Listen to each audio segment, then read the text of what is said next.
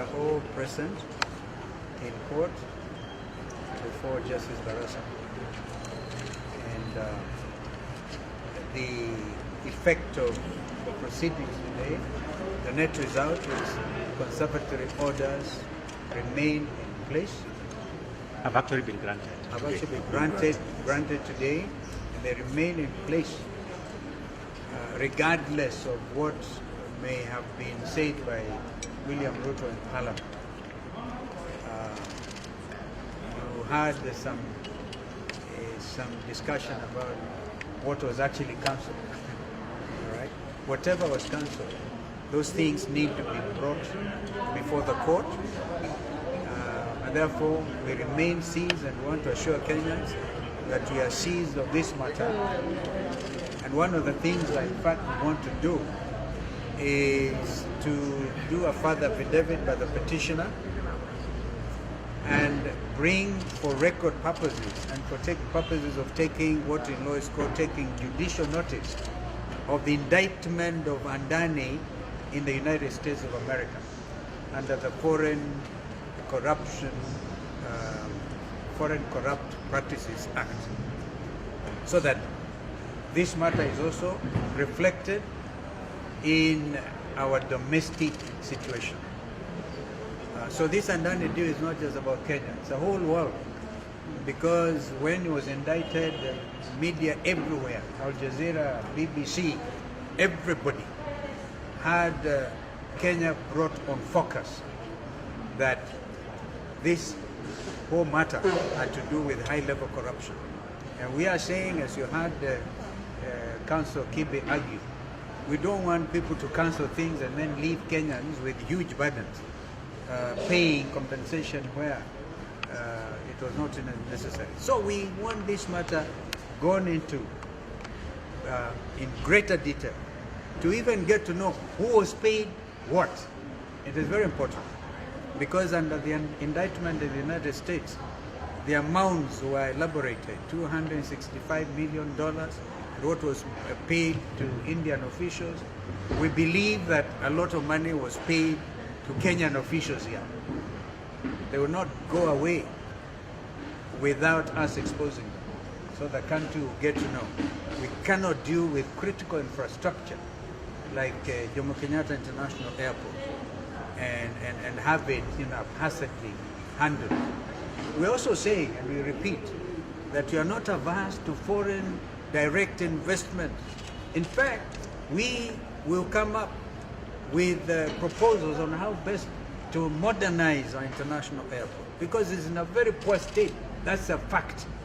I don't know whether some leakage was reported that time and people ran to the airport and then they said, now this is the opportunity to make big money out of it. We are saying to them it will not happen under our watch. Asanteni sana. The rest of the details you saw. We will come up with proposals. And the good thing is, even if William Ruto's government, right, says we have stopped Andani, and he talked in his State of a Nation address that he could bring other partners. Even those other partners are injected under the conservatory order. I just want to add and say, Gautam Andani is a criminal. He has been indicted at the east side by the District Attorney of New York for two issues. Bribing the officials of the Indian government to award the largest solar project in India in the amount of 34 billion shillings, as Senior Counsel Kalonzo has said, $265 million for a project of $2 billion. If you were to do a mathematical calculation, that amounts to 10% of what Kitu Kidogo and Andani paid the government officials of India. The Jomo Kenyatta International Airport, our pride and joy, the project was valued at over 268 billion shillings. We have no doubt, certainly as petitioners in this matter, that over 2.6 billion shillings has already been paid to Kenyan officials because that is how Andani operates. The second issue, which is most worrisome, and Kenyans need to understand, American investors were cheated by Andani by taking the project that he had signed with the Indian government corruptly to get money from investors. in the US, over $3 billion. He's been indicted because American lenders and individuals invested $3 billion for him to do the project.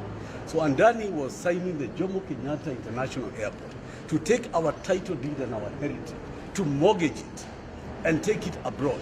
What kind of judgment is William Ruto making? Had Andani been given this airport and gone bankrupt in 2 years, what would have happened to the Jomo Kenyatta International Airport? We cannot allow a man to play gamble with the Kenyan people. Ruto has no judgment, he has no capacity and no authority to hold our sovereign will, and we must challenge this so we stop him from any other project, Kentraco, Chaff, and all of them. What judgment is this government making if they can choose Andani? We must tell the country no.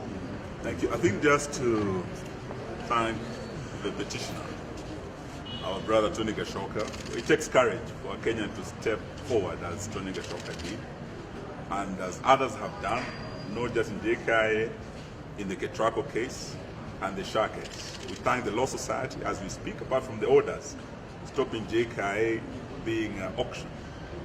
There are also orders stopping the Ketraco case. We are still looking for orders, and I thank Senator Okiya Omtata in the Shah case. What we are saying today to William Ruto, all Adani deals must be dropped. Yeah. It's not enough to drop 2 deals, JKIA and Ketraco. We know that Adani is in Shah. In fact, the proper name for that should be Adani Shah. That too must be dropped, because it's equally tainted by fraud, by corruption, and it should face the same fate as this.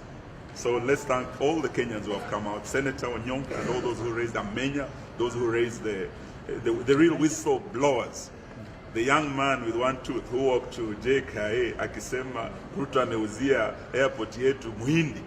That young man is a hero. We celebrate him too. And we urge Kenyans, as we enjoy our Christmas, that the war is not over. We'll come back in January to continue fighting for them. Well done. Thank you very much. Thank you.